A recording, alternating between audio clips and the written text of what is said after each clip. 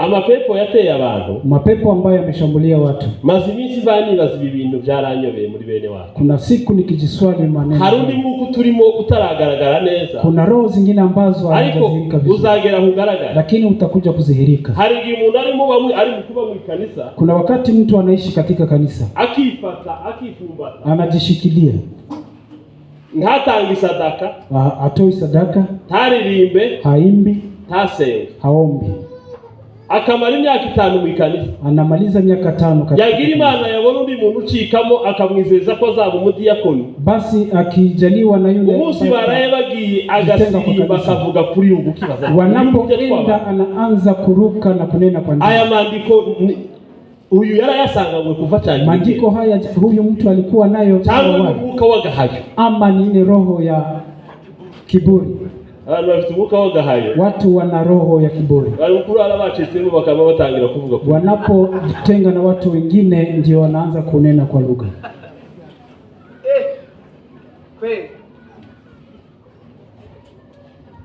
Zile ni imbaraga zo kubaka kubaha kubera kubura ivyanditswe. Kwa sababu ya ukosefu wa maandiko. Ivyanditswe biza bifasha umuntu. Maandiko husaidia mtu akamenya gutandukanya ibi bintu na kujua. Kandi Biblia iravuga ngo numenya gukura ibishimwa mu biga. Biblia inasema ukijua kutofautisha mema kwa mabaya, zaguhindura kanwa kawe. Nitakubadilisha. Uru n'urwego rwiza rwo gukura. Ni kiwango kizuri. Imana yifuza witorera abantu. Mungu anatamani kanisa lifikie. Kumwa ngo tugeraho dutandukanya dukura ibishimwa mu biga. Tufike kiwango ibintu byinshi turimo gukora kuri none matorero ya. Mengi ambayo tunafanya katika kanisa bifite umugayo imbere y'Imana. Yana lawama mbele. Imana irabaza ninde mugabo ufite ifu. Mungu anauliza nani uzamenya kurobanura uriya bucafu ambaye alikuwa akabikura mu bishimwa mema kwa mabaya. Kuko mu kanisa dufite ibishimwa nibiga. Kwa sababu kanisani tuna mema yote yamechanganywa. Ikintu kiza kidufasha kubitandukanya. Kinachotusaidia kutofautisha ni kurya ijambo rye. Ni kula neno la Mungu. 1:14 Waebrania. Sero kwa tatusaidia. Abaheburayo ibice 5 ku murongo wa 11 kugeza ku 14. Haravuga ngo tumufiteho byinshi byo kuvugwa kandi biruhije gusobanurwa kuko mwabaye ibihuri, kandi nubwo mwari mukwiriye kuba bigisha ubu kuko mumaze igihe kirekire mwiga, dore musigaye mukwiriye kongera kwigishwa namwe iby'ishingiro rya mbere by'ibyavuzwe n'Imana, kandi mwahindutse abakwiriye kuramizwa amata aho kugaburirwa ibyo kurya bikomeye, kuko unywa amata abataraca akenge mu by'ijambo byo gukiranuka kuko akiri uruhinja. Ariko ibyo kurya bikomeye ni iby'abakuru bafite ubwenge kandi bamenyereye gutandukanya ikibi n'icyiza. Amen. Amen. Ndashima Imana kubw'ubuyobozi bw'itorero rya Apostles. Nashukuru Mungu kwa sababu ya uongozi wa kanisa la mitume. Devera n'abashumba bakorana. Wachungaji wote.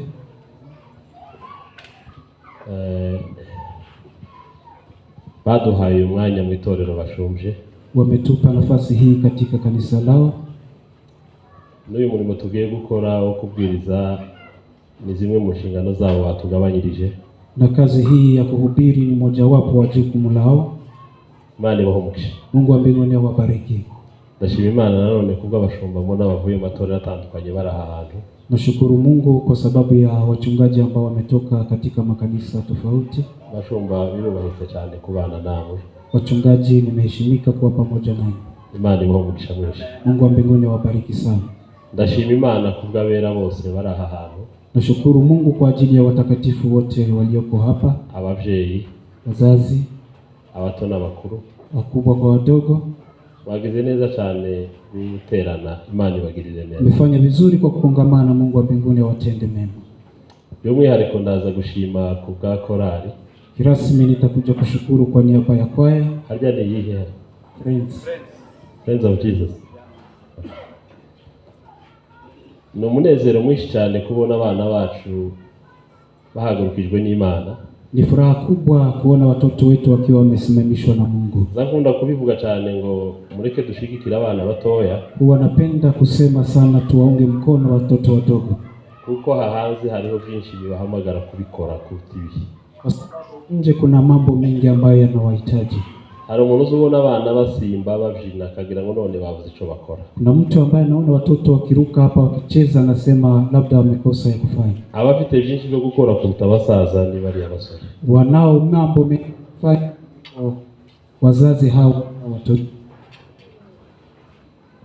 Kuba bari mu nzu y'Imana rero, kwa sababu wako nyumbani mwa Mungu, tubiha agaciro cyane. Tunadhamini sana. Zano abantu benshi babicokora. Wanasikia watu wengi wakiwa abasore bakabishya bagakabishya. Ati vijana wanacheza zaidi. Ngo bagakunda kuririmba ndimumva ijambo. Na wanapenda sana kuimba. Ni vyiza ko babikunda byose. Ni vizuri kwa kupenda yote. Ariko na akarusho kuba tubafite mu nzu y'Imana. Lakini ni zaidi tukiwa na wao nyumbani mwa Mungu.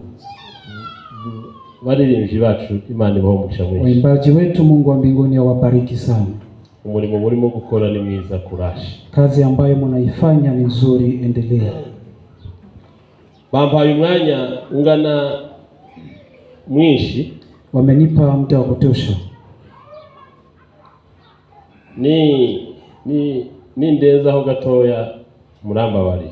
Ndikipitisha mtani wa radhi. Muri hangana gaje waje muransubizeho nageze hano. Tanivumilia. Icyanditswe baduhaye naha twasomye ariko ni ku 12. Andiko ambalo litupea ni mahali hapa ambapo tumesoma. Havuga hejuru yo gukura mu mwuka. Kuhusu kukua kiroho. Ariko ntaragera kuri iki cyanditswe baduhaye. Kabla sijaguzia somo letu. Igitabo cy'Abaheburayo igice cya 5. Kitabu cha Waebrania sura ya 5. Kigabanijemo 3 icyo gice cyonyine. Sura hiyo ina sehemu 3. Kuva kuri verse ya mbere kugeza kuri verse ya 4. Sura ya kwanza hadi ya 4. Havuga qualifications z'umutambi cyangwa qualifications z'umutambi sinzi mu rurimi rwacu. Nizo zavuga rundi rurimi w'indangagaciro. Oya ntabwo ari indangagaciro. Qualification ni ibiranga. Yani kanuni. Ni ibiranga umutambi. Kanuni za kuhani. Muri ibi biranga umutambi nuko umutambi yabaga ari umuntu usanzwe Imana ikamutoranya imukuye mu bandi. Mambo haya ambayo yanadhihirisha makuhani Mungu alikuwa akimchagua miongoni mwa wengi. Icya kabiri, pili, yabaga imuhaye kugira ngo yitwarire ibibazo by'abantu imbere y'Imana. Alimpa kuwakilisha shida za watu mbele za Mungu. Icya gatatu kwari gutanga amaturo n'ibitambo. 3 ilikuwa kutoa sadaka na dhabihu. Imana yashakaga umutambi ni ivyo yabaga ishaka. Mungu alipomtafuta kuhani ni hayo ambayo ivyo nivyo yabaga imutoreye ariko mu bimuranga yale ambayo yanadhihirisha kuhani yabaga ari umuntu usanzwe Imana yakuye mu bandi ariko akaza akeneye ko Imana imwambika imbaraga. Alikuwa ni mtu kawaida lakini aliyechaguliwa. Aricyo kibazo twagize mu matorero ya none. Aba bapasteri n'aba bavuga butumwa n'aba banyamasengesho dufite.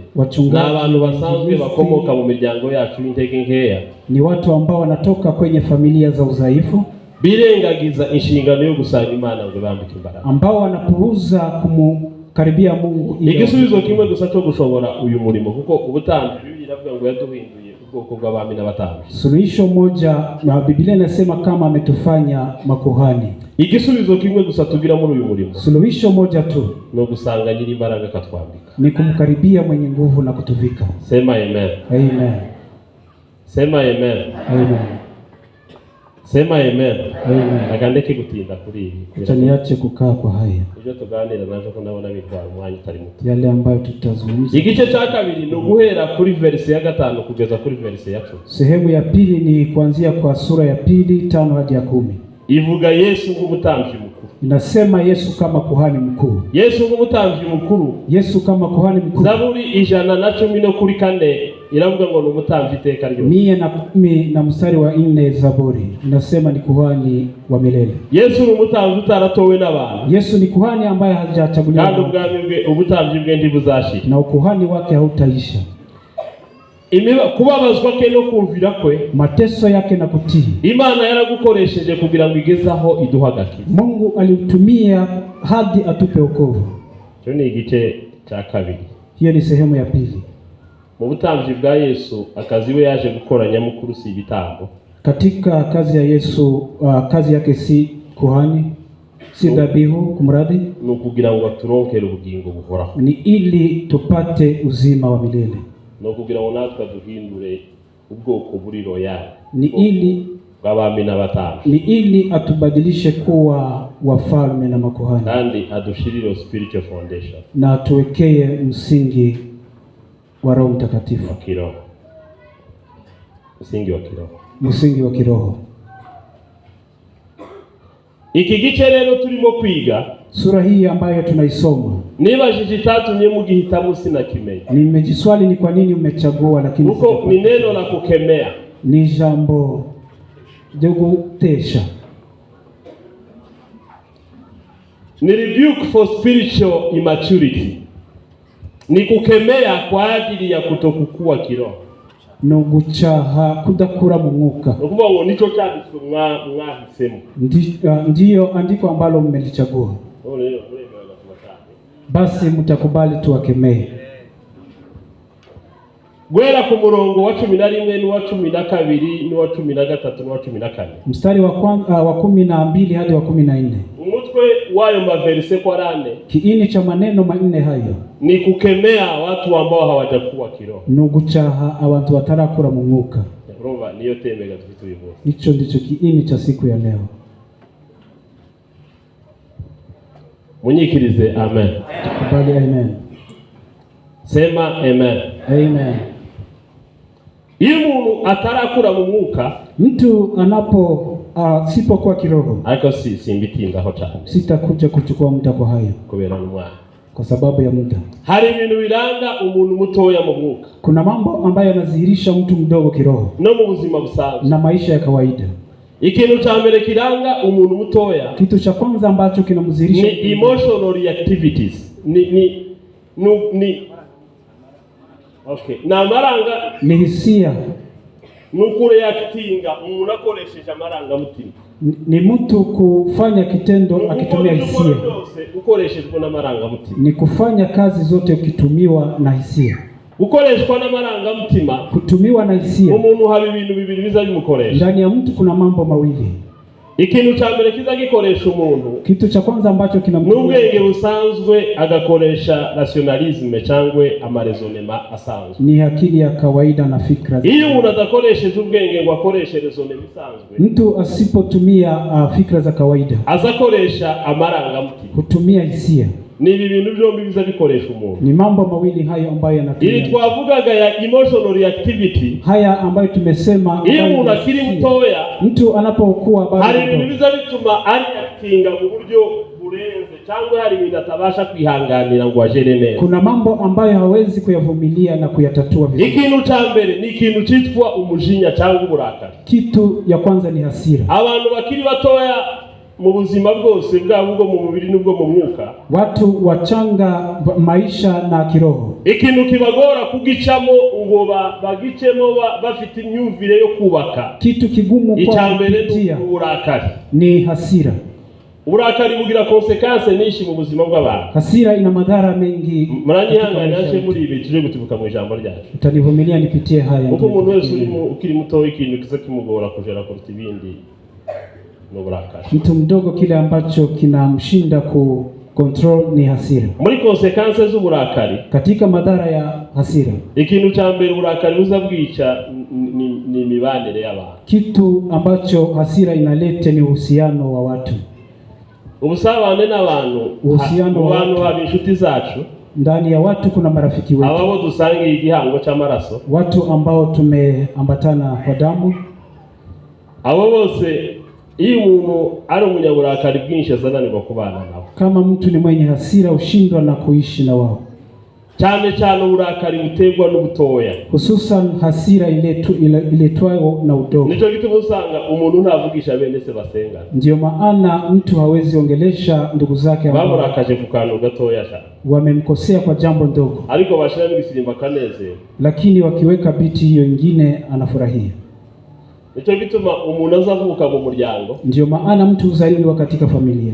Kubera kantu gato yo gusaba muhemukiyemo mu muryango. Kwa sababu ya kitu kidogo ambacho wamekosea katika familia. Akumva umuvukano yo wicugashira. Basi anasikia yeye anaweza haribu undogo. Abantu benshi tubana mu miryango ndi baramukanya ndi bavukana. Wengi ambao tunaishi nao katika familia hawezi salimiana. Suko cha gihango c'amaraso cyashize. Sika na kwamba ule umoja wa damu umeisha. Nuko ubuto bafite mu myumvire no mu mitekerereze. Ni kwa sababu ya udogo ambao wako nao. Ibyemezo bafatira mu marangamutima batakoresheje rationalisme, batakoresheje ubwenge busanzwe. Hatua ambazo wanazichukua bila kutumia hekima. Byamutandukanyije n'abavukanye. Yamefanya watengane na mandugu. Kubera ko biyobora abantu kuri conflict zidashira no gutandukana. Yanaongoza watu kwa shida ambazo. Ubu mubona abantu mwitorero. Mukiona watu kwenye kanisa. Abenshi mu bitekerezo no mu mutima baratandukanye. Wengi kifikra na moyo wamekana. Yigeze kurakara gatoya ananirwa kujera uburakara afite. Amekuwa na hasira akashindwa kucontrol hasira zake.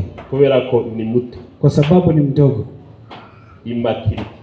Kutokuwa. Ni mukuru mu myaka ariko mu myumvire. Mkubwa kimiaka lakini kifikra.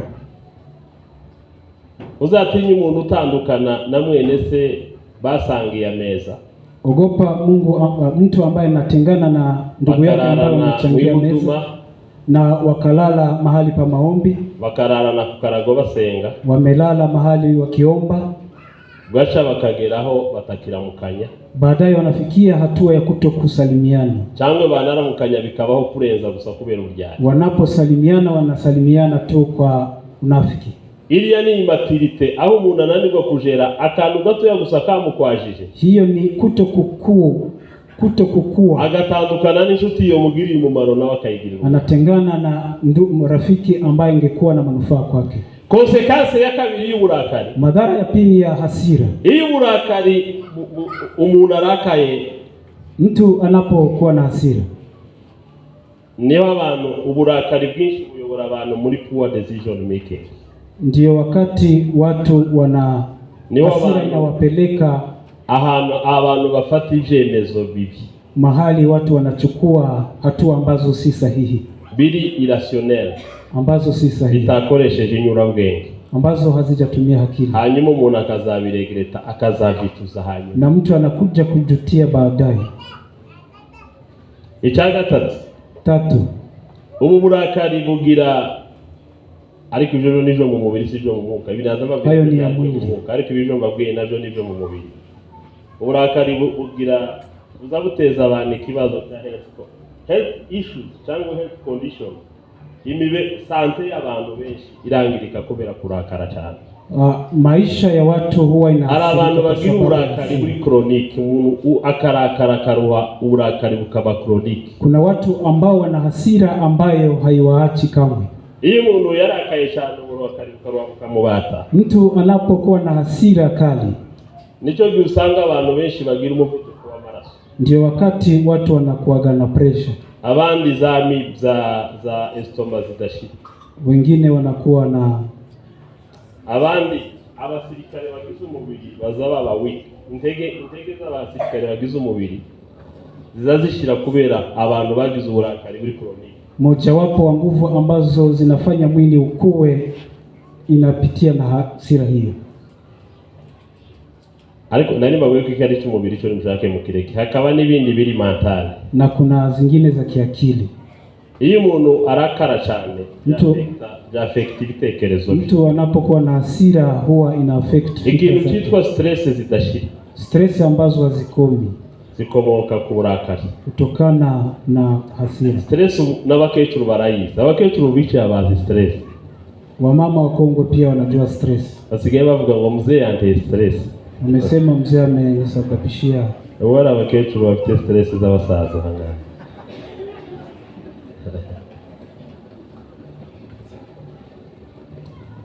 nari ntaraja ku ijambo ryacu.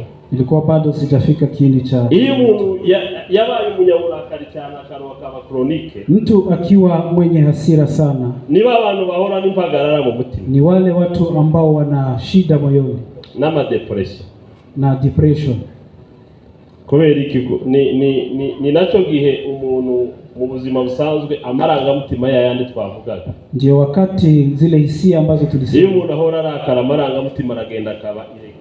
Mtu anapokuwa na hasira hiyo, wazusigara urakaza umuntu akantu gatoya. Unapomkosea mtu kidogo, agatomboka ukagira ngo bamwiciye umwana, basi analalamika yake yote. Kubera ko amarangamutima amaze kuba atakigira stability. Hisia zimekuwa nyingi. Mwari mutarabana n'abantu ngo mubane bazoga uriya mugabo ngo agira stoma. Mlikuwa bado hamjaishi na ntabwo ari stoma yabaga afite ngo azarakaragira stoma. Ati huwa na hasira nyingi. Kumenya mu muhanda. Na kwenye kijiji ikibazo wa muntu yabaga yaragize uburakari bwabaga bwarabaye chronique bukaffect imitekerereze. Hasira ya yule mtu imesababisha kiakili pia. Akantu gatoya gatomboka gakoroga umuhana wose. Kitu kidogo tu anakuwa na hasira, anasababisha kijiji yote. Munyikirize amen. Tuseme amen. Ndaza kubizana mu ikanisa. Itakuja kuyalete katika kanisa. Mu ikanisa Satani yashizeho cover. Katika kanisa Shetani amelete cover. Ibi bintu mbabwiye byo gutandukana no gushwana. Haya mambo ya kuachana. Satani yadutwikirije akantu k'uburyarya. Shetani ametusitiri na kitu ya tugasigara dutandukana ili ya hatagaragara. Tunatengana kule ambako huwezi ona. Mu mutima ugasanga umuntu ari kategoriki. Kimoyo unapata mtu ako na msimamo. Mu mutima uramubwira ngo nubwo kanaka yakoriki. Msimamo unamwambia hata fulani akifanya hivi sinamubabara. Siwezi kama kumsamehe. Umutima urabimwemeza. Moyo wake unamsadikisha. Ariko mwagera mu bagabo bamaze ariko sha mwapfuikira kanaka mwabababarira. Lakini mkifika kwa wazee unamwambia kwa nini umekosana na fulani? Na wewe unasema mimi sina shida yoyote. Kandi ari ufite kibazo kiki. Na yeye ndio kuna shida kubwa. Nari nimubabwira kuri immaturity. Niliwaambia kutokukua. Icyakabiri iyo umuntu ari immature akiri mutoya mu by'Imana cyangwa mu by'ubusanzwe. Mtu akiwa mdogo kwa mambo ya Mungu ama ya kawaida, ntabwo afata responsibility. Hawezi chukua jukumu. Responsibility hera kuri wowe bwite. Jukumu inaanza kwako binafsi. Nta muntu ushobora kuyobora abandi atarabasha kwiyobora ubwe. Hakuna mtu ambaye anaweza ongoza watu wengine. Umuntu agomba kubanza kumenya kuyobora ubuzima bwe. Lazima mtu ajue kuongoza maisha yake, akabona gutekereza kuyobora abandi, ndio afikirie kuongoza wengine. Nta muntu wayobora abantu mu nzirisha mu ijuru. Hakuna mtu ambaye anaweza ongoza watu njia na ubwiwe yarananiwe kuyiyoboka, kama yeye ameshindwa kutumia njia. Abantu benshi iyo bakiri batoya, watu wengi wakiwa wadogo, hii immaturity ntabwo ari so kuba muto mu myaka, ahubwo si utoto kimiaka, kura mu myaka, ni kutokukua kifikra. Niyo musanga mu itorero dufite abantu bangishingano, ndio mnapata watu kanisani wakikataa jukumu, ariko akazi kabo n'ukwirirwa bacokora bazifi, lakini kazi yao ni kuteta wale ambao kuna jukumu kanisani. Twe tubigira abakristo mu kanisa akavuga ngo sinoje gukora uriya murimo. Sisi ambao tuna wakristo ambao wanasema mimi sasa gukora nabi Imana ikabumba, nisije nikafanye isivyo ndio Mungu aniulize. Abandi bawukora kabari wirirwa bavugana, wengine ambao wanafanya ndio wanashinda wakiwateta. Burya abantu bose bakiri batoya, watu wote wadogo, uzababwirwa nuko bangishingano, utawatambua kwa kukataa jukumu.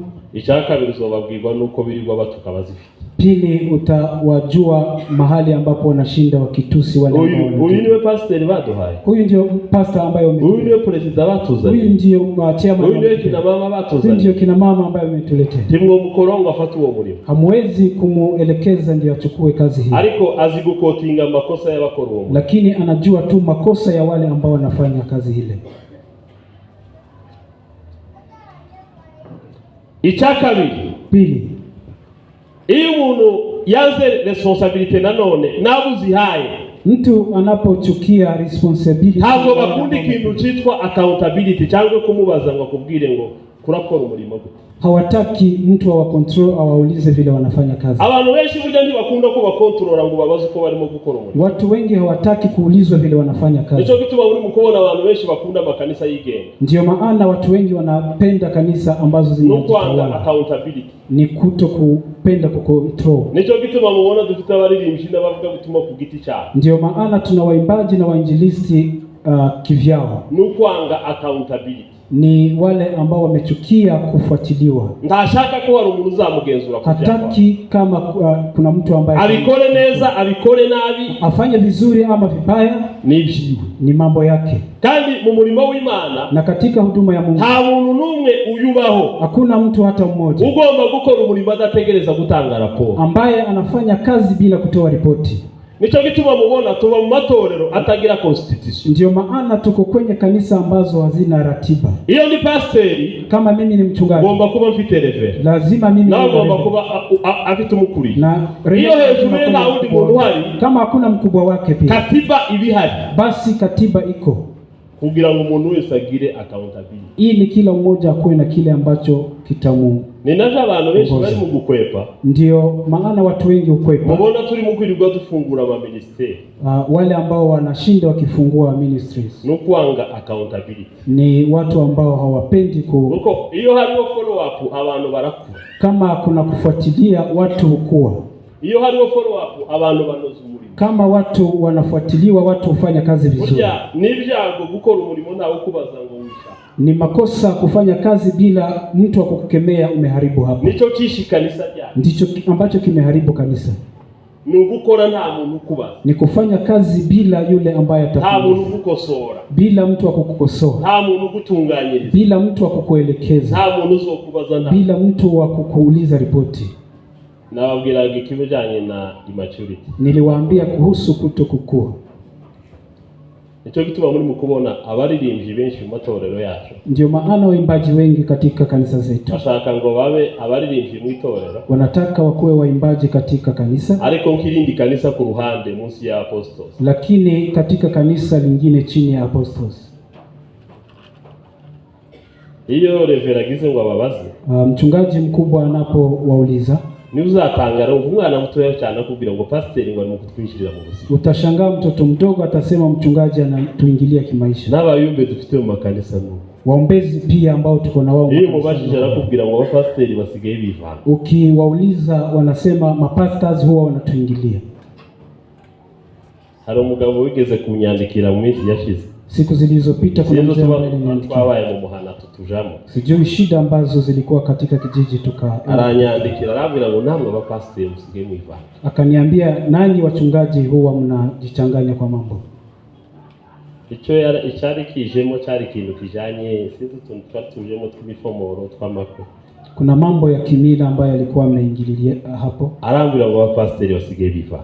Akaniambia wachungaji pia huwa wanajileta kwa mambo. None ubwo mwebwe imiryango muri gushaka ngo mukora ibintu abapasiteri batazi kandi buri mikanisa. Sasa ninyi mnataka mfanye mambo ambayo wachungaji hawajui na tena nyinyi mumo kanisani. Mushingirega abantu kwishari tubihorera. Basi watu waoleke kwa waone ambao wako na kwa sababu hamtaki tuwaelekeze. Munyikirize amen. Tuseme zabura amaboko duhimana icyubahiro. Tumpe Mungu tukufu. Duhimana icyubahiro kandi. Tumpe Mungu tukufu. Asifiwe Yesu. Amen. Dufite abakristo mu itorero. Tuko na wakristo kanisa. Badakeneye ikintu cyitwa accountability. Ambao hawataki kufuatiliwa. Pastori bahuriye kuri rutari. Mchungaji ambaye wamepata ubuzima bwe bwiriya mu rugo. Maisha yake huko nyumbani. Tumubaza. Usimuulize. Numubaza ni kesi. Ukimuuliza ni shida. Uriya ni ukuba abana batoya. Hiyo inasababishwa na kutokukua. Munyikirize amen. Tuseme amen. Turi kumwe ba? Tuko pamoja. Kweli kweli. Kweli kweli. Uzamura amaboko duhimana icyubahiro. Pandisha mikono tumpe Mungu. Asifiwe Yesu. Amen. Umuntu umwe yarandevye aratangara. Mtu mmoja aliniona akastaajabu. Ubwiye ko ugiye gushira. Nilipomwambia naenda kushukuru Mungu. Nyuma yaho baadaye nilipokumbana na shida. Nibaza niba mfite kama nini na akili. Yamara nanjye munyikirize mimi. naragoye. Ilikuwa vigumu kuyachukulia. Kama ni lazima mimi nishukuru, lakini baadaye nikagundua. Reka gusobanura abaririmbe, ni muriri areke gusobanura, ansobanurire mwebwe abareke muririye. Ngaye ni muririye. Biriho byinshi biracyari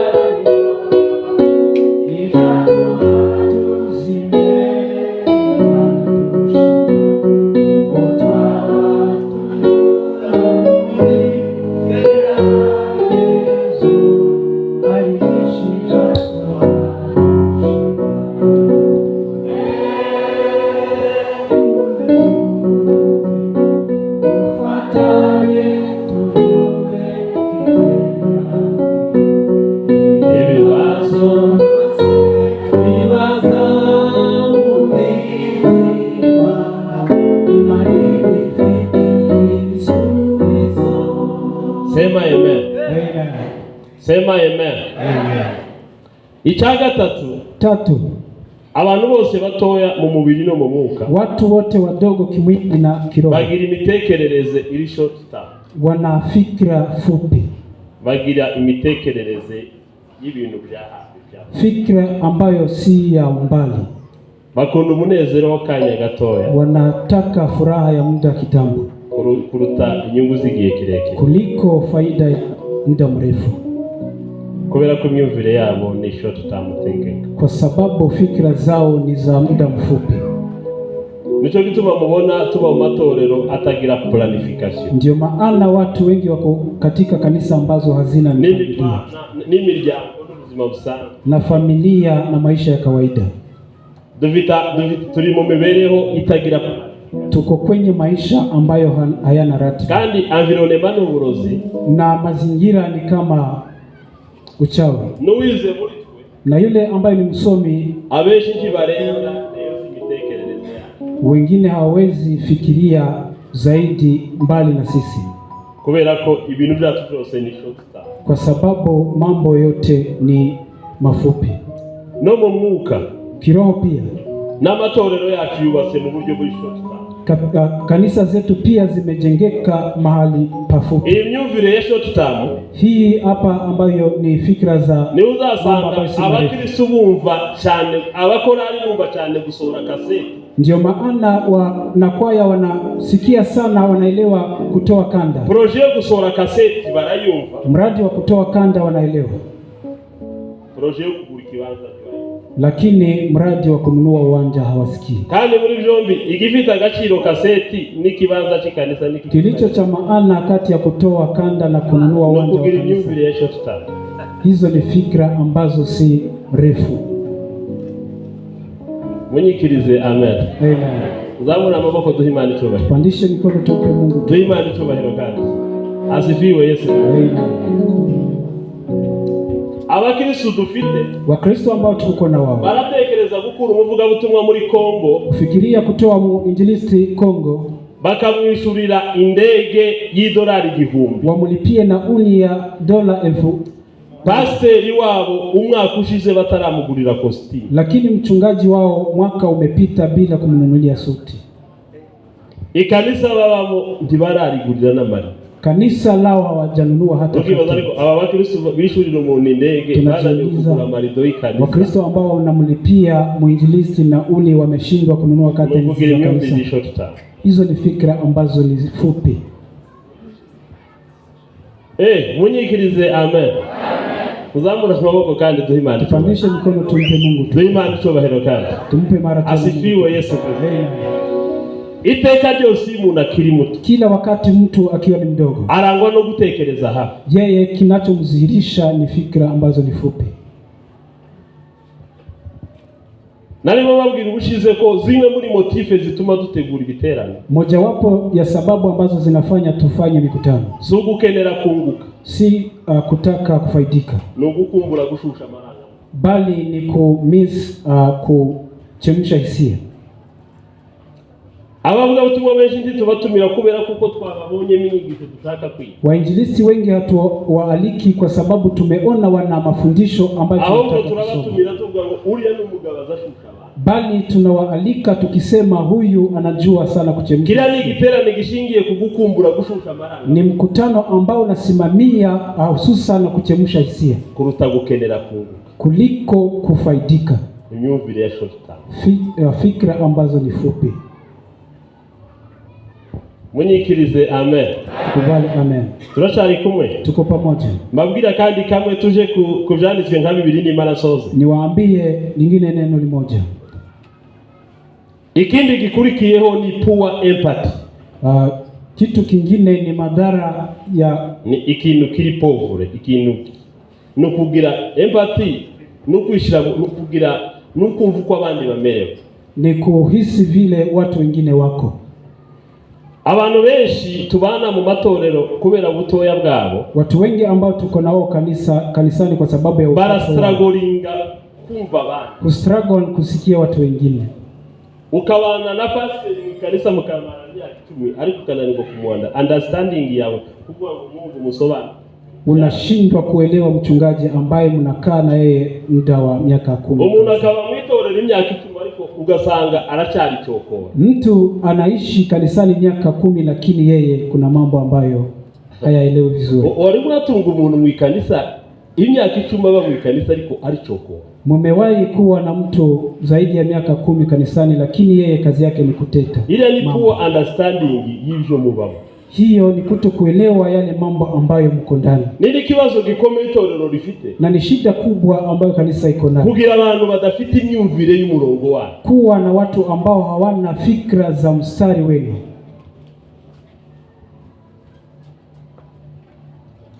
Tuli kumwe kweli? Tuko pamoja kweli?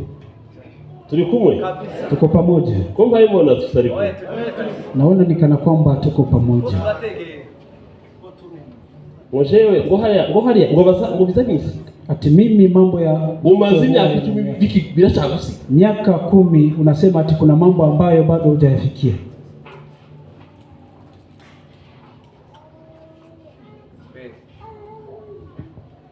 Iriya ni umuntu agomba kuba mu kintu. Lazima mtu aishi ndani ya jambo ukumva icuba na uelewe uko kwa nini. Hari gizure kabatikana kamaze kuba umugabo. Kuna wakati unachunguza mtu unaona yeye ni mkomaa. Amaze kugira ibitekerezo by'abantu bakuru. Wewe unafikiria na fikra za watu. Biblia byose azayumva ibyo azakora. Pengine anaelewa yale ambayo anayafanya. Wamushika ugasanga niwe murwanyi wa mbere uba mwito. Unapomfikia unapata yeye ndiye mpiganaji wa kwanza kabisa. Si mchawi, hana uchawi. Hana irizi. Hana chochote ambacho anakipigania. Lakini ana shida ya kuelewa yale mambo ambayo anayafanya. Kwa urwo rugamba rugoroshe. Nasikia vita hiyo kama ni rahisi. Umwicariye neza mukagani. Unapoketi na kuzungumza. Yahera ku muto yakageza ku mukuru abakubwira nabi. Nta cyiza anaweza anza kwa mtu mdogo hadi mkubwa. Kuna jambo nzuri ambalo atakalo sema kwao. Iyo tubana n'abantu batabasha gukeyaringa kumenya guha abandi bantu agaciro. Kama tunaishi na watu ambao hawajali no guha agaciro reputation yao, kuwaongelelea vizuri na kurya umuntu utabasha kurespekta mtu ambaye privacy y'undi muntu, mtu ambaye hawezi kuheshimu jambo la mtu mwingine, ni kimenyetso cy'uko ari muto, ni ishara ya utoto.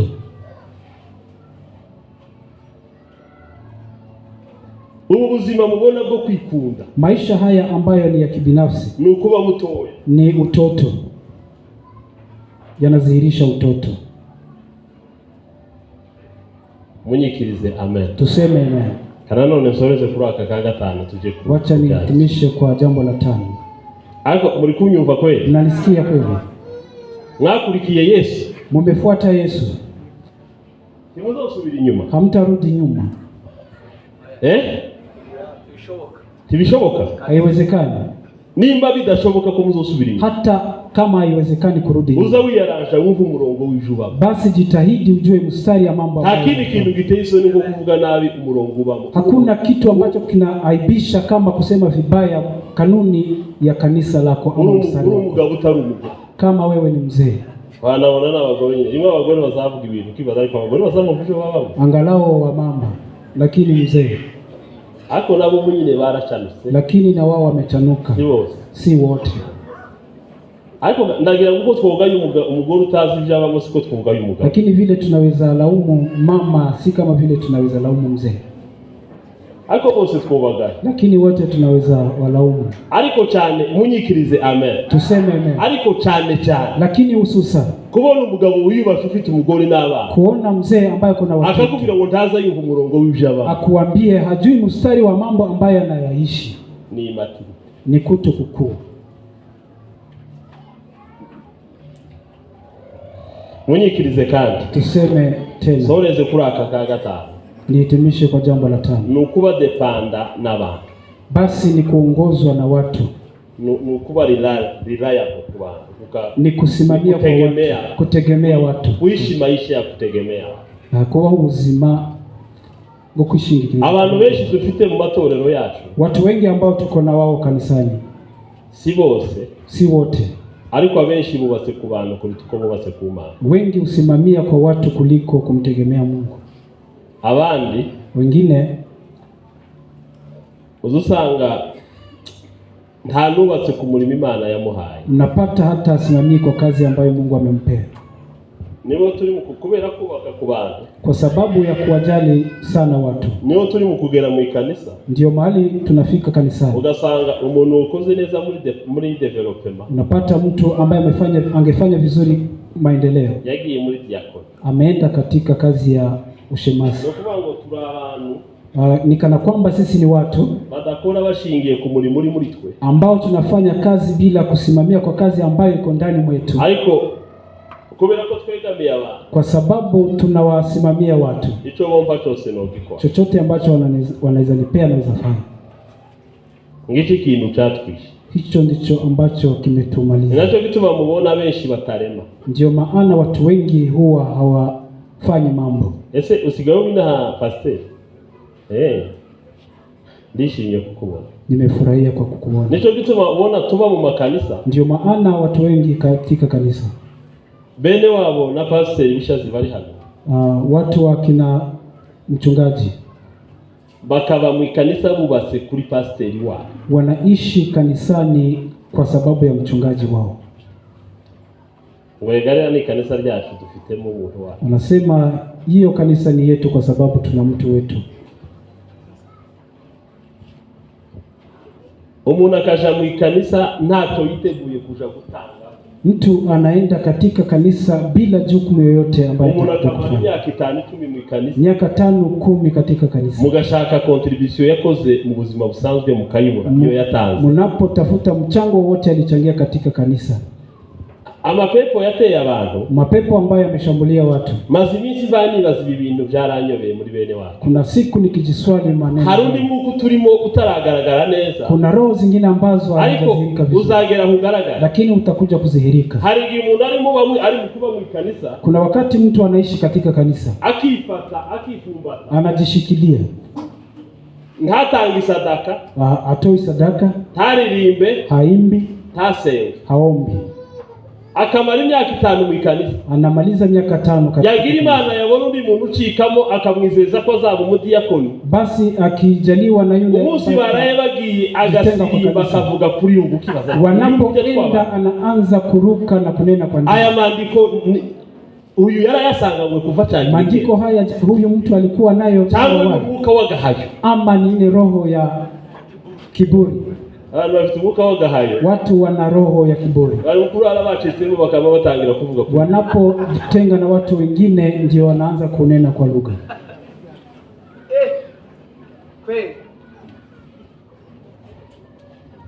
Zile ni imbaraga zo kubaka kuba. Hizo ni nguvu za kusimamia kwa watu wengine. Natwe tuja hano tubwirija. Na sisi wacha tuende mahali fulani na neno. Abantu bari gusengera umupasiteri ababo bakazana kadongo. Waduhesheje agaciro mu miryango. Watu ambao mchungaji akiombewa wanafamilia wanalete zawadi ya kumzawadia. Iyo abana ari batoya mu gakiza. Watu wakiwa ni wadogo katika wokovu. Ubukristo bwabo bwubaka ku bantu. Ukristo wao unasimamia kwa watu. Reka je muri bijanisho nka bibiri n'Imana soza. Wacha niende kwa maandiko ndiyo nikuje kutamatisha. Munyikirize amen. Tuseme amen. Zabona amaboko duhimana ico. Tupandishe mikono tumpe. Asifiwe Yesu. Amen. Ariko mani ico ngukundira.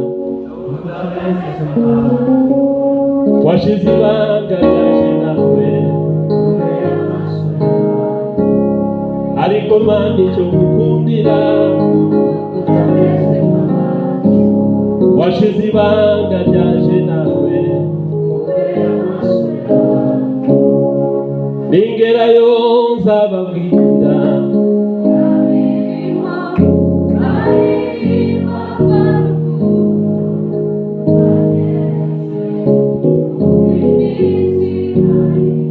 Iyo Biblia ivuga gukura, Biblia ikisema kukua, ivuga ibintu byinshi, inasema mambo mengi. Ndagira ngo mbabwire facts zigira ngo kuri 5. Ninataka niwaambie ukweli kama 5. Fact ya mbere yo gukura mu mwuka, ukweli wa kwanza wa kukua kiroho, ni ugukura kugira ngo tugere mu kigero cyangwa mu shusho ya Kristo. Ni kukua kufikia kiwango cha Kristo. Umurimo wose dukorera Imana ugira fondation 5. Kazi yote ambayo tunafanyia muri zo fondation 5 z'umurimo dukorera Imana, katika misingi hiyo 5, imwe muri zo moja wapo no kugira Yesu Kristo icyitegererezo, ni kufanya Yesu Kristo kielelezo. Munyikirize amen. Tuseme amen. Munyikirize kandi tuseme mara tena amen. Paulo yaravuze ngo mugeri kirenge kucyaje. Paulo akasema piga nyayo zenu katika nyayo. Naje nakigeze mu cya Yesu. Na mimi nimemwiga Yesu Kristo.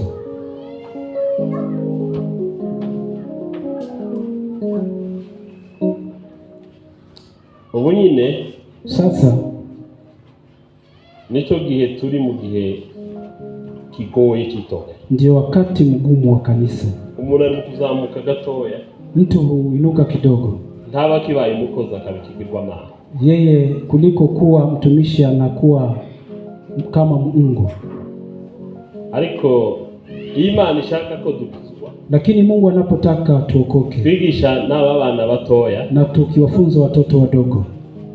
Biblia ntizishaka ko badukopi pastinga ibintu byose. Biblia haitaki watuige kila kitu.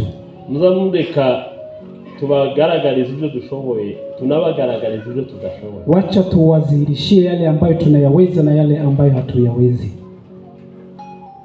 Kubera ko tugomba kuyobora abantu, kwa sababu lazima tuongoze watu kwa Kristo. Mu gitabo cy'Abaefeso 4:13, 4:13 wa Efeso, niho havuga hejuru yo gukura tukagera mu kigero. Ndio inasema kukua kufikia kiwango cha Kristo.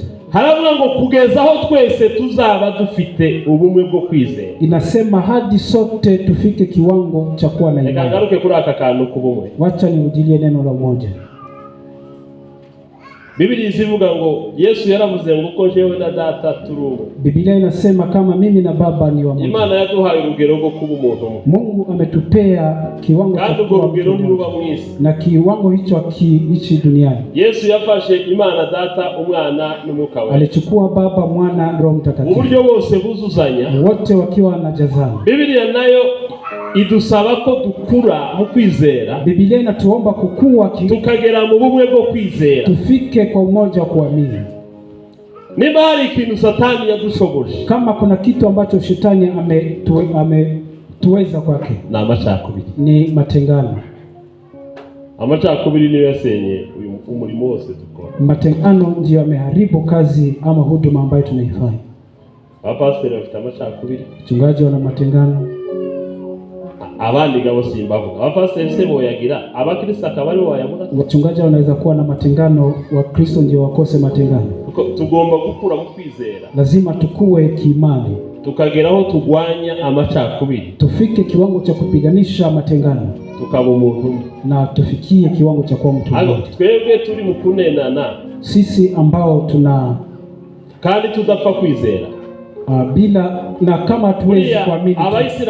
Waislamu tiduhuje kwizera, hatuna imani moja. Ababudiste Wabudhisti titwosengana kubera kuko tudahuje kwizera. hatuwezi shiriki na wao kwa sababu Ariko utekereze twebwe abantu bose bahuje kwizera. Lakini fikiria wale sisi sote ambao tuna imani. Ariko twabuze ubumwe. Lakini tumekosa umoja. Mbabwiza ukuri. Niwaambie kwa ukweli. Ibyo turi mu gupfa mu makanisa yale ambayo tunalaumiana ntabwo turi mu gupfa kwizera.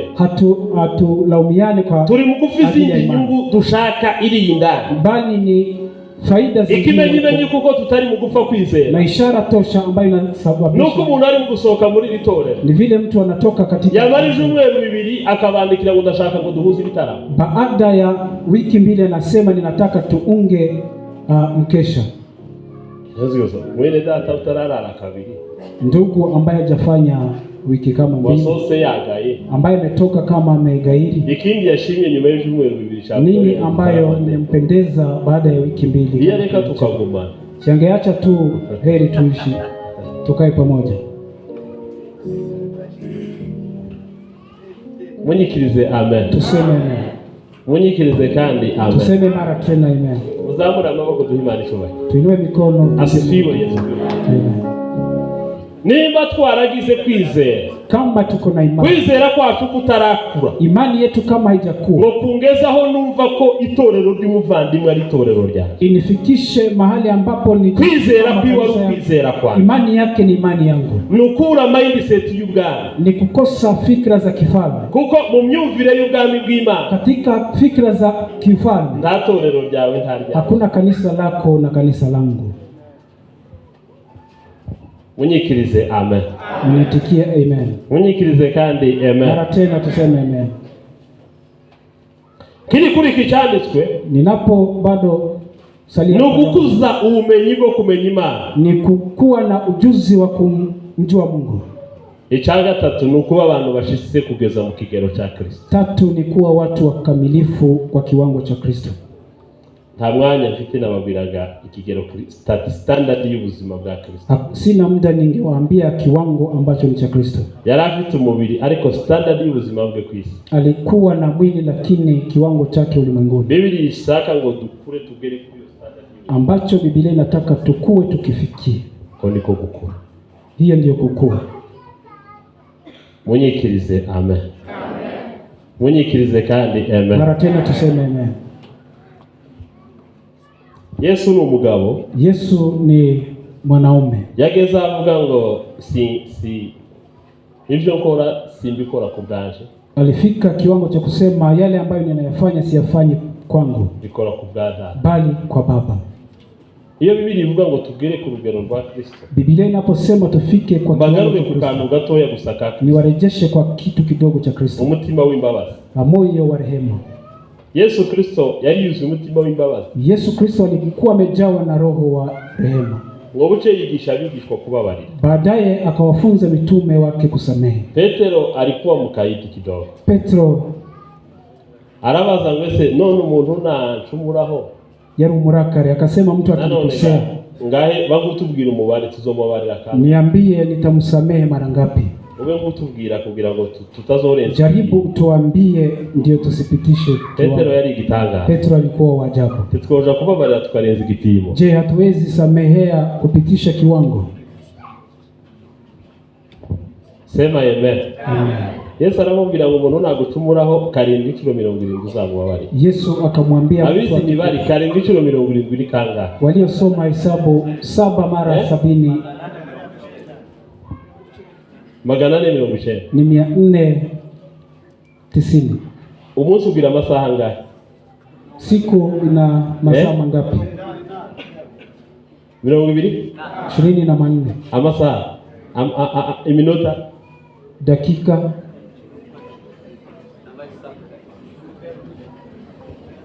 ngayo kuna amahesabu y'iminota. Nubwo umuntu yaba arwaye abadayimoni, hata kama mtu ana demons. Asante cyane.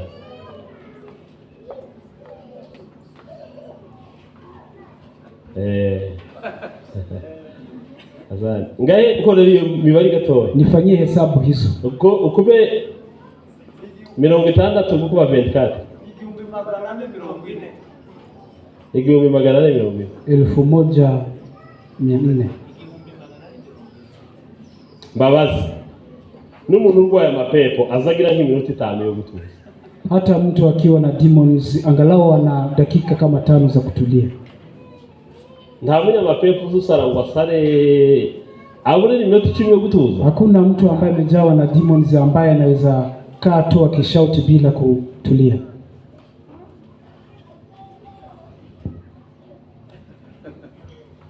Niba umuntu yemerewe kubabarirwa inshuro 400, kama mtu anakubaliwa kusamehewa mara 400 ku munsi, kwa siku, wibaze ngo so umuntu yaba yagiye gutumuraho nyuma y'iminota ingana. Jiswali mtu huyo amekufuru kwa iba iminota myinshi, ikiwa dakika nyingi iminota myinshi ni nk'itanu cyangwa 10, ni kama dakika 5 ama 10. Ariko mwumva uwo mutima wa Yesu, sikia moyo huyo wa Yesu. Ariko muracafite ibikomere byo muri Kongo, lakini nyinyi bado mna vidonda vya huko. Hari umugore watubwiye ngo ndio babarira umugabo we ngo yatangiye kumuhemukira bakiri muri Kongo. Kuna mama ambaye alisema hawezi kumsamehea mzee wake kwa sababu alimkosea tangu walikokuwa huko Kongo. Ukura mu kigero cha Kristo, kukua kufikia kiwango cha Kristo, no kwibagirwa ibyaha by'abaturanyi, ni kusahau dhambi za majirani. Munyikirize amen. Tuseme amen. Tuzamura amaboko duhimane cyubahiro. Pandishe mikono tumpe. Asifiwe Yesu Kristo. Amen. Icyakabiri, pili, banyongereye iminota myinshi. Ndabona muto wihanganira. Icyakabiri, pili, gukura ni processus n'urugendo. Kukua ni safari. Nta muntu zanuba abantu bavuga ngo dukore igiterane cy'ubuvuzi. Nasikia watu wakisema tufanye mkutano wa uamsho. Nta giterane cy'ubuvuzi kiba. Hakuna mkutano wa uamsho. Hari ibintu muri Biblia gusa bisaba processus. Kuna mambo ambayo Biblia inaomba safari. Ngo twama dukora igiterane umunsi dutaha no bujuti. Tufanye mkutano siku hiyo ndio tuende uzodukorera ubuzima bwose ambao utatufanya tuishi maisha. Beni evenema ntibaho mwivuga butumwa. Nafasi hiyo katika uinjilisti haikuu. Abantu bazabavuga ngo ngwino ubone impinduka. Watu usema njoni uone ama upate mabadiliko. Nta mpinduka ziri sudden ziba. Hakuna mabadiliko. Impinduka za accident ziba. Mabadiliko ya kigafla hayako. Impinduka ni process. Mabadiliko ni process. Na iwe ni vite processes kanswe guhinduka ngo muse na Kristo. Iwe ni na process si kufanana na Kristo. Kwa shetani ejo mu. Nyinyi mmetoka kwa shetani juzi. Mugifite umubiri mugituye mu isi na Satani agikora. Kama bado mnavaa mwili na shetani. Munyikirize amen. Tuseme amen. Munyikirize kandi amen. Mara tena tuseme. Ariko muri iyi processus yo guhinduka, lakini katika mwenendo ama safari dusabwa iki? Tunaomba nini? Bwa mbere dusabwa commitment. Kwanza tunaomba kujitolea. Iyegurira Imana. Basi jitoe kwa Mungu. Izaguhindura. Mungu atakubadilisha. Sema amen. Amen. Munyikirize amen. Amen. Buriya jewe naboyeho inzoga gatoya. Mimi niliwahi kunywa pombe kidogo. Kubona muri bene wacu batarabuye bakayoga ni bake cyane. Kuona watu wetu ambao hawajahonja. Nangoyeho imyaka itari mike. Nimewahi kunywa miaka si kidogo. Ariko ikiza kindangaza, kinachonishangaza ni urugero nari ngezeho kubusinda. Ni kiwango ambacho nilikifikia cha ulevi. Nigeze gusinda nyoberwa inzira incuri wacu. Niliwahi kuwa mlevi nikakosa njia ya kunirudisha nyumbani. Umuntu twakoranaga aranjana ndariwe sinamenya makuru. Mtu ambaye tulikuwa tunafanya kazi na yeye akanipeleka kwake. Nao itabi miaka 13. Nilivuta sigara muda wa miaka 13. Naye kuri bya rindi ryo muri Kongo gibibaje bafurero. Nilianza kwa hiyo. Ariko ngo buce yesangirira neza. Lakini baadaye Yesu akanitenda mema. Jewe sinigeze nkidira mu kanisa. Mimi sijawahi chezea kanisani. Ariko ndagira ngo mbabwire ukuntu nagiye mpinduka mba mubimba. Lakini wacha niwaambie vile nimekuja kugeuka nikiwa mbaya. Nango itabi, nilivuta sigara.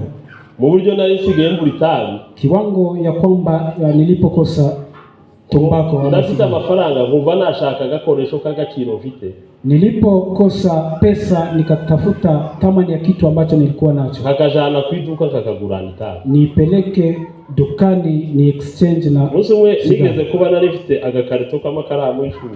Nilikuwa na carton hiyo ambayo ni ya bairo ama kalamu. Satani sitwara abantu gahoro gahoro. Shetani hupeleka watu kidogo kidogo. Munsi yaho twari dutuye Igikondo hari umugabo wagiraga iduka yacuruza gitari. Karibu na mahali ambapo tulikuwa tunaishi. Mzee ambaye alikuwa yari makalamu, akiuza makalamu pia. Munsi nabuze amafaranga y'itabi nkamushira ikaramu. Siku ambayo nimekosa pesa za Satani gira nabi kabisa. Shetani mbaya. Satani yagufasha amatwi n'ibitekerezo. Akikuchukua masikio na fikra. Agafata ikaramu, anachukua kalamu, akambitije itabi. Ananipea sigara. Ngo buce nsanga kaga karito k'amakaramu karashe. Baadaye nikapata ile carton ambayo ilikuwa imejaa kalamu imeisha. Nuko Satani ziriganya abantu. Ni hivyo shetani anadhulumu watu. Umuntu bakagera agurisha imfizi. Mwanaume anauza akazanwa igihumbi. Anakunywa 1000. Bashaka garuka gatwara ikindi. Baadaye anakuja na kuchukua ingine. Imfizi gashi. Na ng'ombe inaisha. Uko narushaga kubikora niko narushaga kuba addicted. Zaidi nilipoyafanya. Ntabwo nabaye umusinzi ukabije umuntu. Sijakuwa mlevi zaidi ya siku moja. Ariko muri iyo myaka nageza wambu umusinzi ukabije. Lakini kwa siku hizo nikakuwa mlevi hatari. Nabaye hano Igikondo mu gipango cy'ikanisa hano twabaga muri foyer. Niliishi Gikondo mahali kwa mwaka tuba mu gipango cy'ikanisa ntarakandagira mu kanisa n'umunsi. Mwaka ukaisha nikiwa kwenye upango wa kanisa kama bado sijawahi kanyaga kwa kanisa siku moja. Gisokoma tumupagani bene cyakindi. Mpagani ule hatari sugu hapo. No guhinduka kumana niko bigenda. Pia kubadilika kwa Mungu huenda hivyo. Jauviruka kwizurukundo asonozagi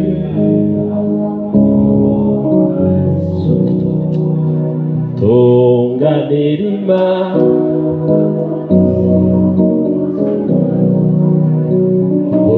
ojukonayo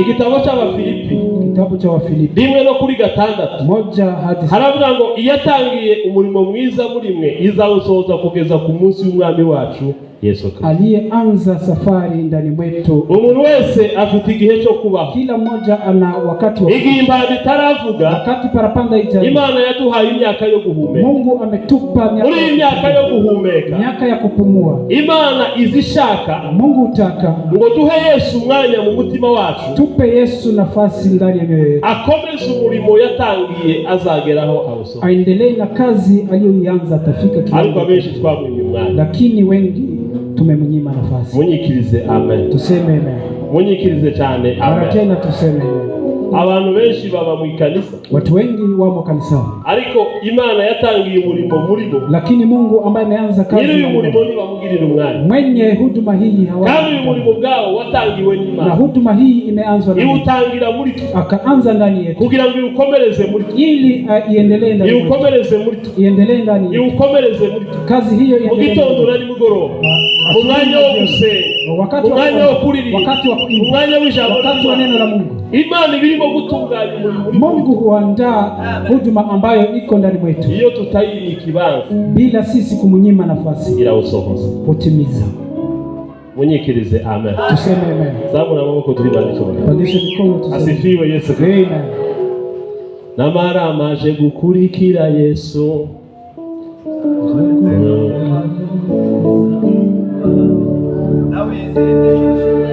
Zabuna mbaho naho naburi byanje byose imufite Yesu kakiza. Sema amen. Amen. Zabuna amaboko duhimani. Pandisha mikono tuseme. Asifiwe Yesu. Amen. abantu benshi ntibagira umwanya w'Imana. Watu wengi hawana muda na Mungu. Umurimo yatangiye muri bo wararaye. Huduma ambayo ameanza ndani mwao imelala. Imana izitangiye umurimo mu muntu. Mungu huanza safari. Iyo umuntu atayihaye ikibanza ngo iwukomeze, bila mtu kumpea Mungu nafasi ile, urarara. Huduma kazi hiyo huwa inalala ama ikose kutimilika. Imana ibahumugishe. Mungu awabariki. Niba Uwiteka ari kumwe natwe, umubisha wacu ni nde? Humuri atangije umurimo, ninayeza usohoza. Sema amen. Sema amen. Amaganya n'ibibazo simbitinya, nyagwa gusa. Niyo mpamvu ntazahwema kumushima. Niba Uwiteka ari kumwe natwe, umubisha wacu ni nde? Humuri atange umurimo, ninayeza usohoza. Weruka kuyu mwanya nyari. Je, ni wakati gani ulimpea Mungu nafasi ili aimarishe huduma ambayo ameanza ndani mwako? Imana ibahumugishe. Mungu awabariki. Imana ibahumugishe. Mungu awabariki. Imana ibahumugishe. Mungu awabariki. Imana ibahumugishe. Mungu awabariki. Sema amen. Amen. Abantu benshi, watu wengi, imitima yabo yabaye ukuna, mioyo yao imekauka. Baheruka Imana itangira umurimo mu mitima yabo. Tangu Mungu aanze huduma ndani ya mioyo yao, barayikingirana bayima ikibanza, wakafunga na kumnyima nafasi, bayima umwanya, wakamnyima nafasi. Oh, haleluya. Garuka, garuka, wewe usubiri inyuma, wewe garuka. Garuka, garuka, garuka, wewe usubiri inyuma, garuka, garuka, garuka, garuka, usubiri inyuma.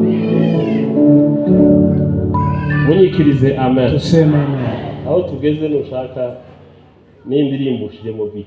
Mahali ambapo tumefika tukiimba uweke beat. Icya gatatu, gukura gusaba kurya ijambo ry'Imana. Kukua inaomba kula neno la Mungu. Iki nico sohorezaho. Icya kane, 4, gukura kugaragazwa n'ibikorwa kuruta ubumenyi. Kukua huzihirishwa na matendo kuliko ujuzi. Ntitukuze bingana n'ivyo tuzi, hatukui kulingana na yale ambayo tunayajua, dukuze bingana n'ivyo dukora, bali tumekuwa kulingana na yale ambayo tunayafanya. Ariko ko muragira ngo amakuru dufite mu kanisa twe turisaziyemo. Je, habari ambazo tunazo katika kanisa, twe dufite n'abantu batazi gusoma, ariko hagarara kama kubwira ngo uzamwibuka narugura abakecuru bagaza mutora ngo abwiriza akavuga ngo Matayo 7:7. Hata wamama wakongwe walipowachagua kuhubiri walisema Matayo 7. Bakuze tuzi ko ari igipande cy'abagore. Tulikuwa tukijua hiyo ni mstari ambao ni wa wamama. Matayo 7:7. Matayo 7 mstari wa 7. Matorero yacu ya ruguru, kanisa zetu za huko vijijini, nta muntu utagaza ubwiriza. Hakuna mtu ambaye hakuhubiri. N'umukobwa waraye ushatswe, hata msichana ambaye alioleka, umwe ngo yabwiye mwarimu ngo azamurereka kugeza agiye gutinyuka.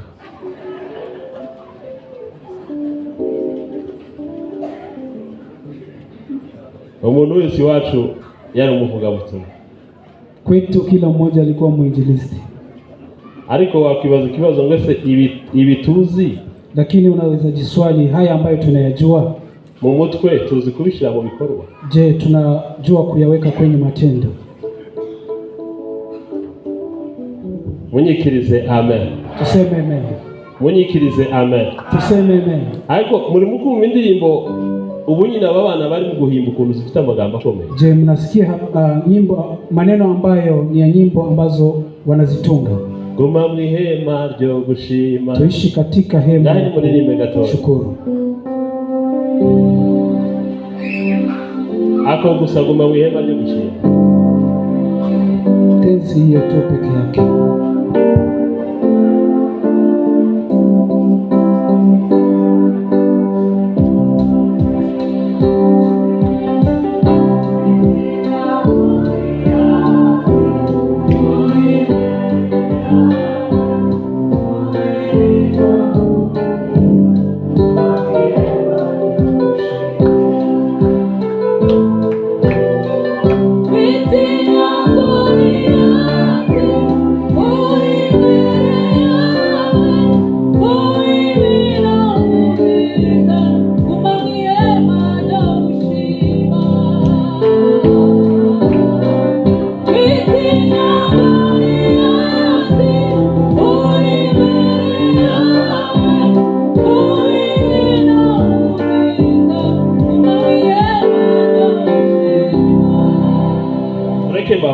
Wacha niwaulize. Ukuhari ni Goliati Mfilistia tuteze kuzahura nawe. Kuna Goliati Mfilisti ambayo mnatarajia tutakumbana na yeye. Ndagira ngo kubaze ntusubize. Wacha nikuulize lakini usinijibu. Goliati wawe utagomba gutinya kuri none ni Goliati wako ambayo ikibazo cha hapa leo ni nani? Swali la hema ryo gushima Biblia ivuga. Hema ya kushukuru ambayo Biblia inasema. Ntusubize ni iri. Usijibu ni gani? Nukuvuga ngo satwirirwa hano mu kanisa. Ina maana tunashinda tu kanisani. Ihema ryo gushima no kuba mu bushake bw'Imana. Hema ya kushukuru ni kuwa kwenye matakwa ya Mungu. Ariko abantu bakaririmba gutyo, lakini watu wanaimba hivi. Akagera washiraho niyo sonera akayitegereraho indirimbo. Anafika ikabasoneri. Inakuwa alarm kwa simu yake. Akayitabiraho agakora ibyaha. Alafu anaitika na kufanya dhambi.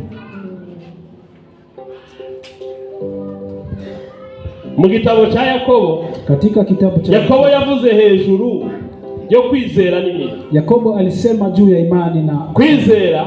Imani hari ijambo ryantangaje. Kuna neno ambalo limenishangaza. Nibo ndisoma ryantangaje. Nilipolisoma limenishangaza.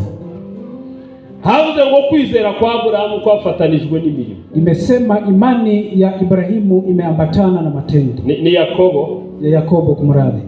Yakobo 1:22. 1:22. Kwizera kwa Abrahamu ngo kwafatanyije n'imirimo. Imani ya Ibrahimu imeambatana na matendo. Pili, kwizera kwa Abrahamu kwatunganijwe rwose. Imani ya Ibrahimu imekuwa kamilifu n'imirimo kupitia kazi zake. Haiyo ndio umuntu yo kwizera kutaratungana. Nimefikiria mtu anaweza kuwa ariko Biblia yavuze ngo kwizera kwa Abrahamu. Lakini Biblia imesema imani ya Ibrahimu kwatunganijwe n'imirimo. Imeandaliwa na kazi zake. Nukuvuga ngo ivyo tuzi na maana yale ambayo tunajua. Surugero ko dukuze.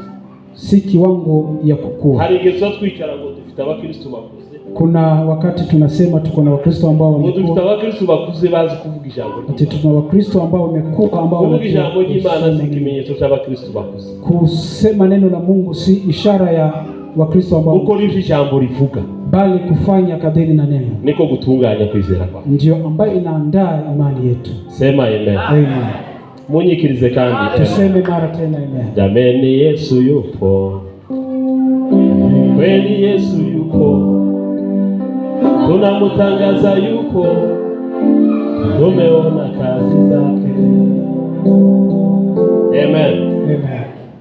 Amen. Amen. Munyikirize amen. Tuseme amen. Ubuzima bwo gukorera ibyaha mwitore. Maisha haya ya kutenda dhambi kanisani. Abantu batagira umutima na. Kama watu ambao hawana moyo. Suko tutazi ijambo ry'Imana. Sika na kwamba hatujui neno la Mungu. Nuko tutararishira mu bikorwa. Ni kwa sababu Biblia ngo umuntu wese wumva. Kila mtu ambaye anasikia ijambo ry'Imana, neno la Mungu, yarangiza baadaye ntarishire mu bikorwa, asiweke kwa matendo. Muri Matayo hamugereranya n'umuntu udafite ubwenge. Katika Mathayo inamulinganisha na mtu mpumbavu aliyejenga kwenye mchanga. Ariko Yakobo we, lakini Yakobo yamugereranyije nanone alimlinganisha n'umuntu wireba mu ndorerwamo, na mtu ambaye anajiangalia kwa kioo, udafite ubwenge bwo kwibuka uko yasa, ambayo hana hekima ya kukumbuka vile alikuwa anafanana. None twese tuje gusenga, abenshi bashiye mu ndorerwamo. Sote wakati tulikuja wengi walijiangalia kwa vioo. Abagore bo bazabireba akabiri, wamama hujiangalia kama mara 2 ama 3, akareba kwa mafuta yafashe, unaangalia kama mafuta imeshika vizuri.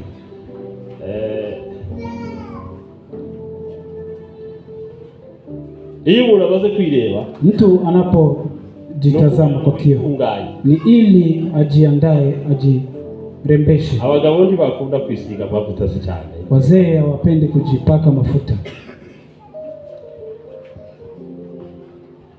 Muvugo butumwa umwe yigeze kutwigisha, mwinjilisti mnenaji mmoja aliwahi tuhubiria, ahubwo sinamenye icyari cyamuvangiye, lakini sijajua ni kipi kilichomchanganya. Yaza twigisha akamaro k'amafuta, alitufundisha manufaa ya mafuta. aravuga ngo umuntu wese wisiza amafuta, akasema mtu yeyote aliyejipaka mafuta wazagaragara neza, anaonekana vizuri. Akoresha imvugo, aravuga ngo sare umuntu namutekereje dusohotse ndamubaza, nilimfikiria huyo mtu nikakuja kumuuliza. Aravuga ngo uyu mugabo yisiza amavuta, akasema mzee anapojipaka mafuta ngo abagore bazaba mwifuza, ati wamama huwa wanamtamani, kandi n'umugore wiyo yisiza amavuta neza, na mama akiwa amejipaka mafuta vizuri, ngo abagabo bazaba mwifuza, ati wazee huwa wanamtamani. Wasohoke ndamubaza, tulipotoka nikamuuliza, hapo wasengeye ivuga butumwa, nikamuuliza je, umeombea uinjilisti wako? Kada tuye muri tuduce, anaishi area hizi. Haige unazagendanira ari akarigendana no mu buhanga. Kuna wakati mtu anatembea akiwa na tamaa, ariko iri nari ngakoze kugira ngo ngire icyo mbigisha, lakini tamaa hii nimeguzia ili nipate kuwafunza kitu. Abantu tuzi byanditse mu mutwe, watu tunajua maandiko ndani ya ariko kurishira mu bikorwa lakini kuweka kwa matendo la. Nicyo gituma mubona abantu basambanira mu nzu y'Imana. Ndio maana watu hufanya uzinzi katika nyumba ya Mungu. Icyaha kitagira umuto n'umukuru, dhambi ambayo ina mdogo na mkubwa. Buriya muzamutinya Satani, tumuogope Shetani. Simabwiye ngo muyubahe kandi muyiyoboke, sijawaambia mtii. Biblia imwita umushukanyi, inamuita kama ni nta kigero umuntu azageramo ngo arenge kugeragezwa na Satani. Hakuna kiwango ambacho mtu anaweza kifikia ndio asijaribiwe na Shetani. Nimba twarakijijwe tukamenya Imana, kama tumeokoka na kumjua Mungu, kumenya Imana kwacu tikube mu mutwe, kujua Mungu kwetu isiwe tukugaragarisha ibyo dukora, izihirike kupitia matendo. Abakristo ntibakavuge ngo kanaka zikuvuga, Wakristo wasiseme fulani anajua kuongea, ariko batakuzi ukumenya gukora. Lakini kama hawajui kwako kufanya kazi, matendo ibikorwa,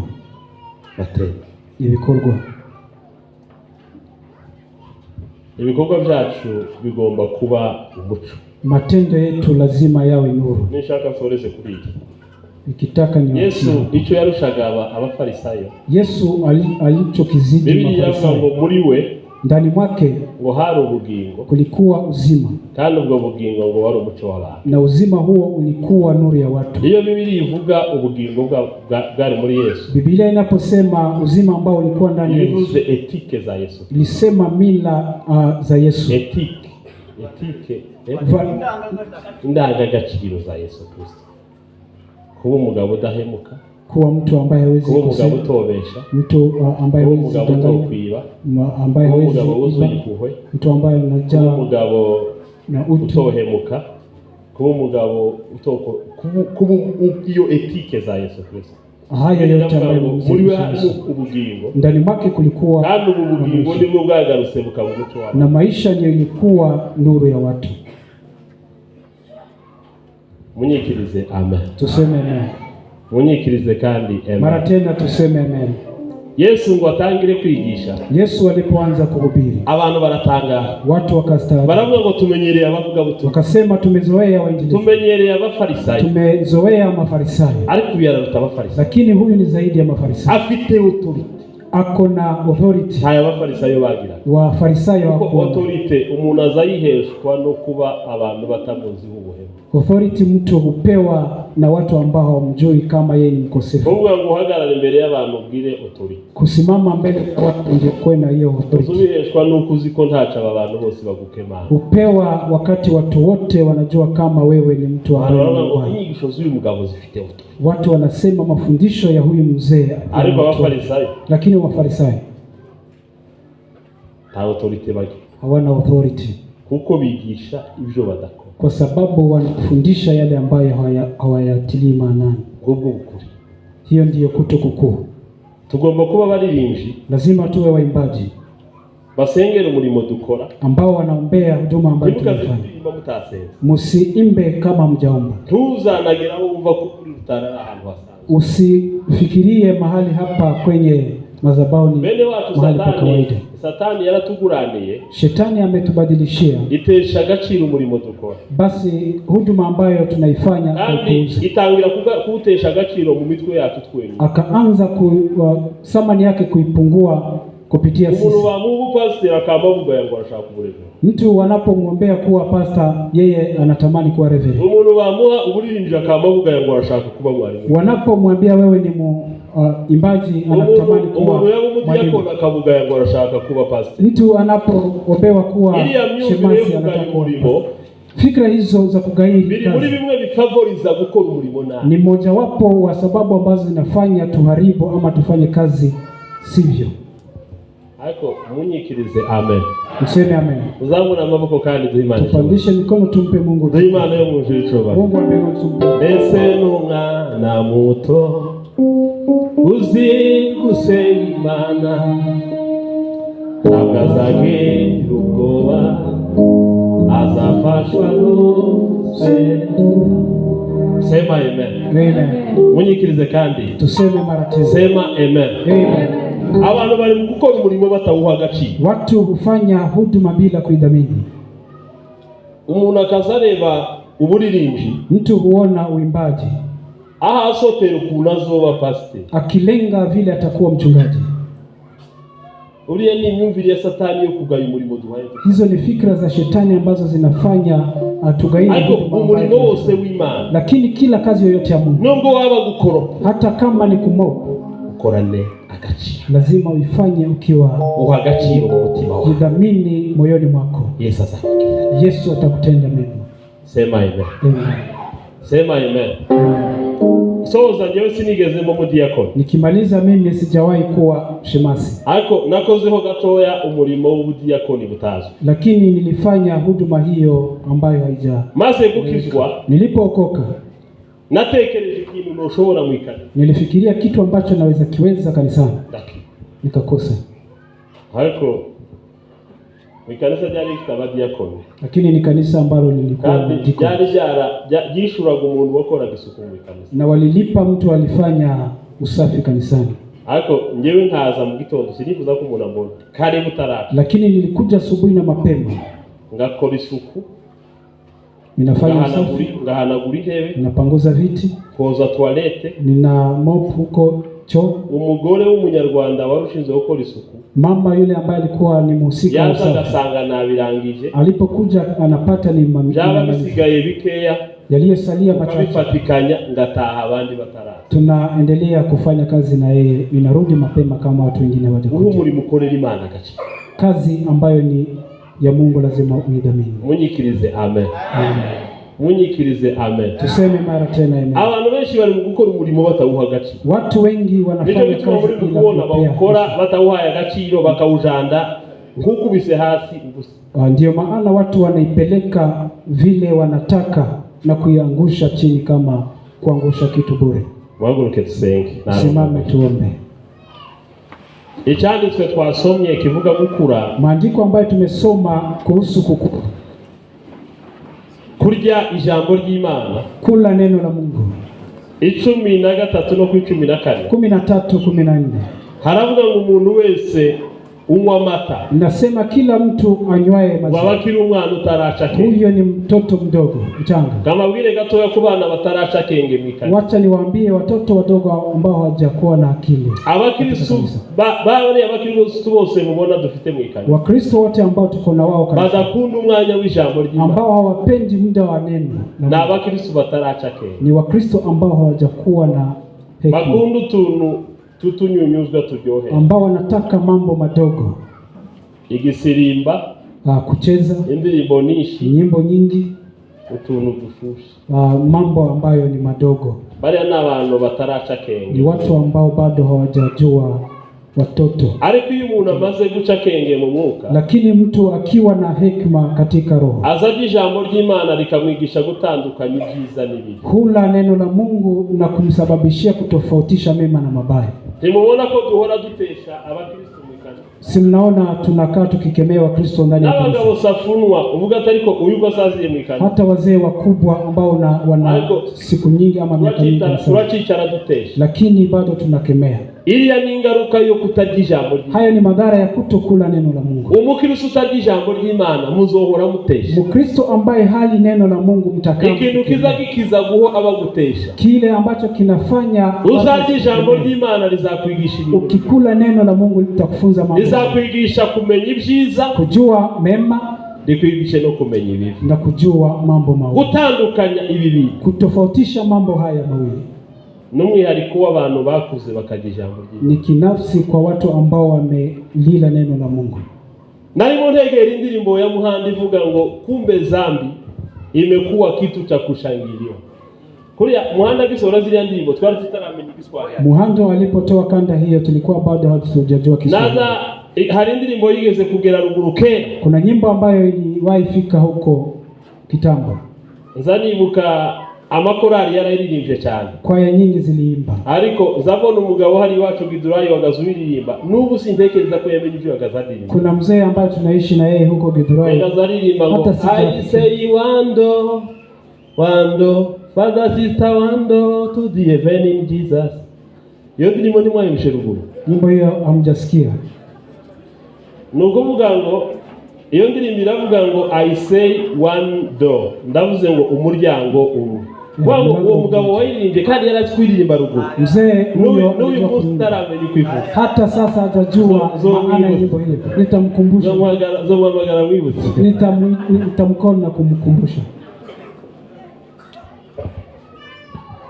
Na Muhanda yararirimbye aravuga ngo kumbe zambi ameimba kasema imekuwa kitu cha kushangiliwa, na watu wameijengea ngome za kifahari, kandi abantu bayikoreye ibirindiro. Amatorero ataramenya gutandukanya icyiza n'ikibi, makanisa abakristo bataramenya gutandukanya icyiza n'ikibi, Wakristo ambao hawajajua kutenganisha mema na mabaya. Ikibi bazabacubakira ngome za kifahari, mambo mabaya yajengea ngome ambazo ni za kifahari. Dufite ibintu byinshi mu kanisa, tuna mambo mengi kanisani zubakiwe ngome za kifahari ambayo wamejengewa ibirindiro bikomeye kubera kubura ivyanditswe, kwa sababu ya ukosefu wa maandiko. Ivyanditswe biza bifasha umuntu, maandiko husaidia mtu akamenya gutandukanya ibibi n'ibyiza na kujua. Kandi Biblia iravuga ngo numenya gukura ibishimwa mu biga. Biblia inasema ukijua kutofautisha mema kwa mabaya, zaguhindura kanwa kawe, nitakubadilisha. Uru n'urwego rwiza rwo gukura, ni kiwango kizuri. Imana yifuza witorera abantu benshi. Mungu anatamani kanisa lifikie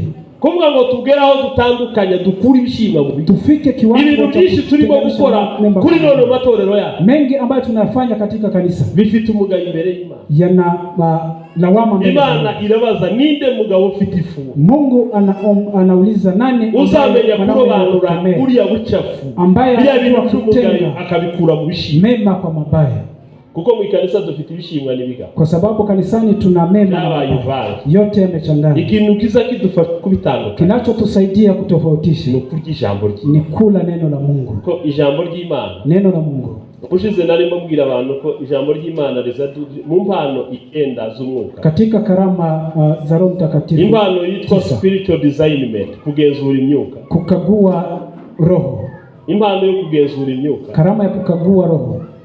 Iyo umuntu yasoma ijambo ry'Imana neza rizariba, Mtu anaposoma neno la Mungu vizuri gundua. Umusaza wicaye hari utavuze kundi mutereza. Mzee ambaye amekaa hapo bila kunena kwa nini. Ashobora kumenya ko abasore n'aba abagore n'abagabo bari mu mwuka cyangwa. Anaweza tambua watu wote hao kama wako kwa roho. Ibyanditswe biza bidufasha kugira impano. Kwa sababu maandiko yanatusaidia niyo mpamvu muri mukubona imyuka itwinjirana mu itorero. Ndio maana tukayishigikira tukayubakira. Basi na kusapoti zile pepo ambazo zimetuingilia katika kanisa. Ni ukosefu wa maandiko. Maana mu izina rya Yesu Kristo. Asante Yesu. Turagushima kubw'uyu mwanya. Tunakushukuru kwa muda huu. Gitare kizima gihombe kidukingi. Mwamba wetu. Usingizwe ku mbabazi. Uimidiwe kwa rehema. Duhe gukura tugere ku kigero cha Kristo. Kukua kufikia kiwango cha Kristo. Ijambo ryawe riducure rituvuguti. Neno lako lituunde. Riduhindura abagabo badefanda ukuri. Litubadili wanaume wa kusema. Bose kandi bagendera mu kuri. Ambao wanatembea katika ukweli. Ndagushima kubw'itorero ryawe n'abagaragu. Ninakushukuru kwa kanisa lako. N'ubwoko bwose buraha. Na taifa zote ambazo duhumugisha none n'ibihe. Tubariki leo hata wakati.